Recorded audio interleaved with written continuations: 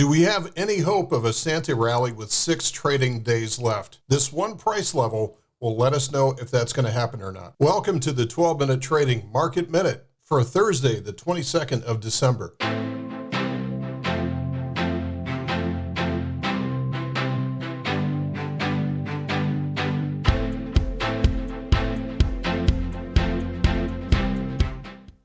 Here's the daily chart of the SPX cash index.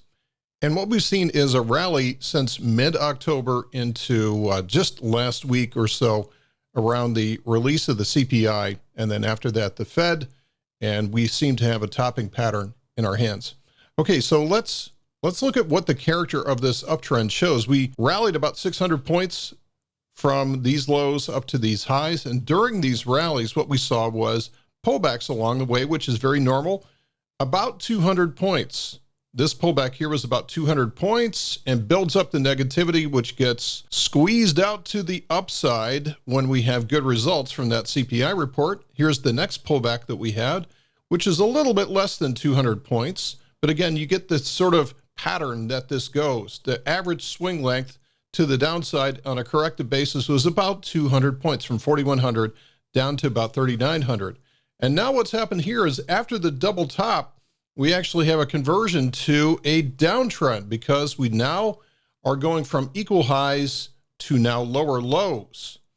So this is a transition that we have in polarity of the price chart. And notice also what's happening to the pullback. The pullback went from 4,100 down to 3,800. That's 300 points. So the market is voting with its feet and trying to tell us what's going on at this point.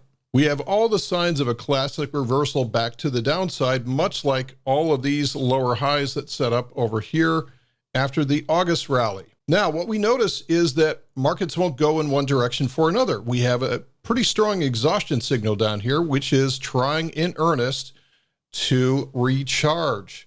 And so what we might expect to see from here would be some type of a flag pattern, some type of a consolidation, which is a continuation pattern. So the price will normally exit this pattern in the direction from whence it came. So it should, and I put that in quotes, it should break to the downside at some point eventually. Notice that the price did find support around the confluence of this 3,800 round number support as well as the 50% fib retracement. So now let's get rid of those fibs from the bottom to the top and instead draw them from the top to the bottom of this swing. What can these fibs tell us? Well, again, I think everybody is looking for a downside continuation from this. And what we need to be aware of is what price would have to be exceeded to the upside where we might actually turn this thing into a slingshot move like this. This is the move that the fewest number of people are expecting, and so therefore we need to account for that. So again, here's the price up here at 39.84. If we see the price break through that 61.8% fib, and especially if it gets through the confluence of that and 4,000. So I'm going to just say this 4,000 level. If the price breaks through 4,000, then it may be headed for higher highs, believe it or not.